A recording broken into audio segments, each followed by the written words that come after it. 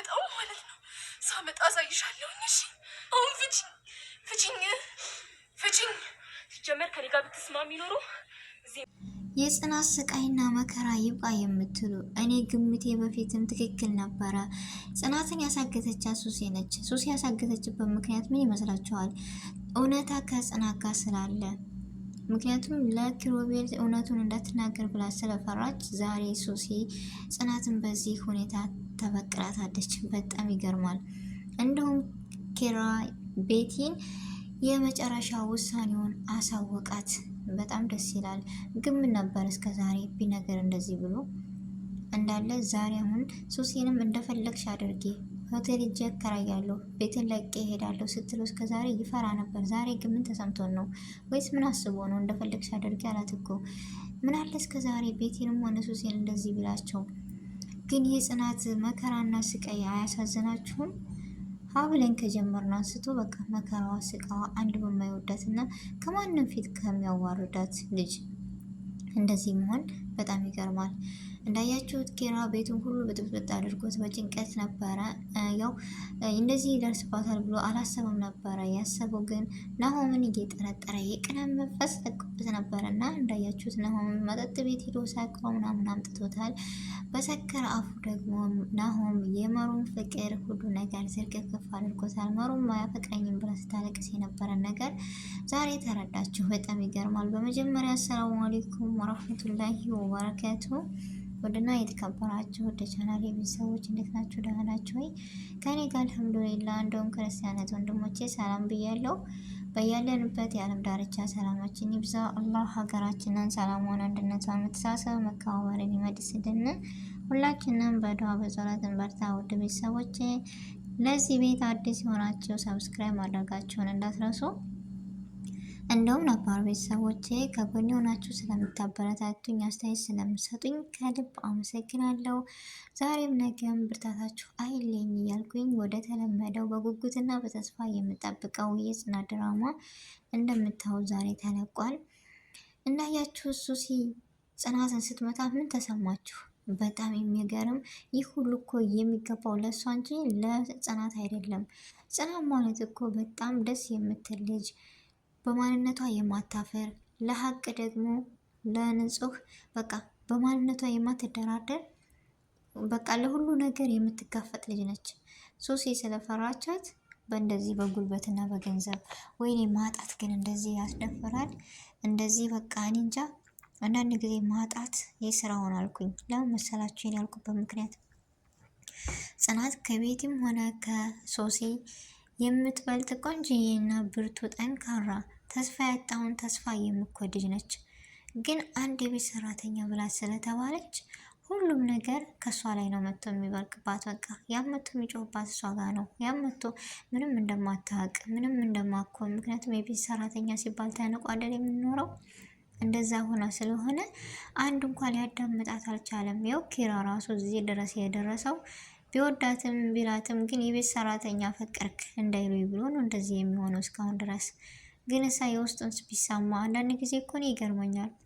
እሷ ነች የውስጤን የምታውቀው፣ እሷ ነች እንደዚህ የምትለላል እና ካለ መናገር ያቃተበት ምክንያት ምንድን ነው?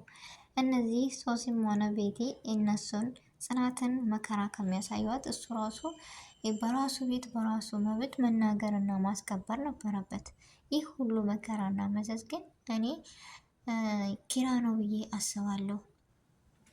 ናሆም እንዳያችሁት እንደዛ ሆኖ የተናገረው ለመሩ እንዳትጎዳ ብሎ አስቦ ነበር። ግን እሷ በጣም ተጎድታለች። የማይወደኝ ልጅ ነው የወደድኩት ምናምን በማለት ሀዘን ላይ ነበረች።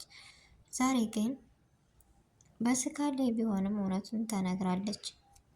ካሁን በኋላስ ቤቲስ እንደዚህ ሲላት ምን ታደርግ ይሆን? ምን ታስብ ይሆን? ዙራ ጽናትን ታጠምዳት ይሆን ወይስ እኔ እንጃ። የጽናት መጨረሻ ምንድን ነው?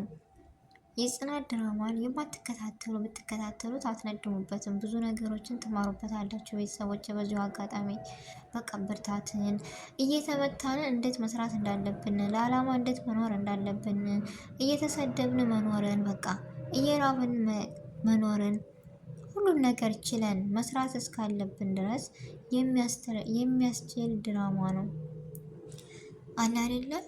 አንዳንድ ጊዜ አንወጣውም ወይም ይህ ነገር ከባድ ነው አንሰራበትም ያለውን ነገር እንድንሰራ የሚያደርገን ለእኛ ትልቅ ትምህርት ነው ይህ ነገር። እኔ በእነሱ ድራማ ብዙ ነገሮችን ተምሬያለሁ። በእነሱ ብዙ ነገሮችን በቃ ትዕግስት እንዲኖረኝ ይህ ነገር ያልፋል ዛሬ ነገ አይደለም እንዴል አድርጋኛለች ጽናት። ምክንያቱም ጽናት ሁሉም መጥቶ የሚጮኸው ከእሷ ጋር ነው። እስኪ ሊሄድ ብላ አንድ ቀን ስትነሳ አንዲት ደስ የምትል ምሩ ለጽናት የምታስብና የምታዝን እህት ከጎኗ አለቻት። በምሩ ምክንያት እስከ ዛሬ ድረስ ደርሳለች እና ከአሁን በኋላስ ምን አይነት ህይወት ይኖራታል? እዚህ ሁሉ መከራና ስቃይ ወጥታ እውነት ጽናት ደስተኛ ህይወት ይኖራት ይሆን? አንዳንድ ጊዜ እኮ ዛሬ ነገ አይደለም፣ ነገም ዛሬ አይደለም እያልን የምንኖረው ነገር አለ። ይህ ነገርም አልፎ ግን እሷ የምትደሰትበት ቀን ቢመጣ እኔ በጣም ነው የምደሰተው ታውቃላችሁ። ምክንያቱም አንድ ሰው የዘራው ነው የሚያጭደው ይባላል። ስለዚህ ጽናት ደግሞ በሀቅና በማንነቷ የማትደራደር ጎበዝና ጠንካራ ልጅ ነች። ይህም ሁሉ አልፋ ደግሞ ነገ ጧት የምትደሰት ይሆናል እኮ። ይህ ሁሉ የእነዚህ ሁሉ አሸናፊ ጽናት ነች ያለምንም ጥርጥር።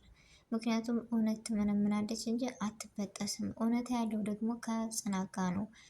ሁላቸውም አሁን ቤቲ እንደዚህ ሆና ስሜታዊ ሆና ወጥታለች። ደግሞ ነገ ሄዶ ኪሮቤል የሚላትን አናውቅም። ምክንያቱም የሱ ነገር ወዳ ወዲህ ነው። ናሆም ይሻላል በስሙ። ናሆም እንደዛ ብሎ በጭቅጭቅ ብቻ የዛሬው ድራማ በጣም የሚያሳዝንና እጅግ የጽናት ነገር ያሳዝናል። እጅጉን ይደብራል። የጽናት ካሁን በኋላ በዚሁ ባይቀጥሉ ደስ ይለኛል። ሶሲ ከመጣች ጀምሮ ሲጀመር ሰላም የለውም ይህ ድራማ። ቤቲ ትሻለናለች። ቤቲ እኮ ምንም ማለች ምንም ተናዳ ምናምን በቃ አለቀ። ግን ጽናት በጽናትን እንደዚህ ትጫወባታለች ምናምን እንጂ እንደዚህ ክፉ ነገር አስባባት ወይም አቅዳባት አታውቅም። ይቺ አረመኔ ሶሲ ግን በከባዱ ነው። ባለፈው በህይወቷ እንደዚሁ ልትገላት ነበር፣ ዛሬ ደግሞ አሳገተቻት። ነገ ደግሞ ምን እንደምታደርጋት እኮ አናውቅም። ቤተሰቦችን በጣም ይገርማል። አንዳንድ ጊዜ ሰውን ማመን በጣም ይከብዳል። ምክንያቱም እንደዚህ ታደርጋለች ብዬ እኔ በፍጹም አላሰብኩትም ነበረ። ይህ ማድረግ ምን አስዋሻት? እሺ እንዴ የዚህን ያክል ከመበቀል የዚህን ያክል ከመጨነቅ ቤት መታስ ምን አይነት ሪያክሽን ይፈጠር ይሆን? በጣም ያሳዝናል። እና ያም አለ ያም ጽናት በዚህ ከቀጠለ ድራማው ያስጠላል። በእንደ በፊቱ ሶሲን ወደ ብላችሁ ብትቀጥሉበት ደስ ይለኛል። እንደኔ ከምር በራሴ ሞራል ቢሆን ሶሲን ባስወጣት ከዚህ ነገር ደስ ይለኛል። እና የዛሬው ቪዲዮ ይሄን ይመስል ነበረ። ውድ ቤተሰቦቼ አስተያየት ካለ በኮሜንት አስቀምጡልኝ። በአዲስ ነገር በአዲስ ቪዲዮ እስከምንገናኝ ድረስ በያለንበት የዓለም ዳርቻ ሰላማችን ብዝት ብዝዝት ተረፍ ተረፍረፍ ይበልልኝ። አሰላሙ አሌይኩም ወራህመቱላሂ ወበረካቱ።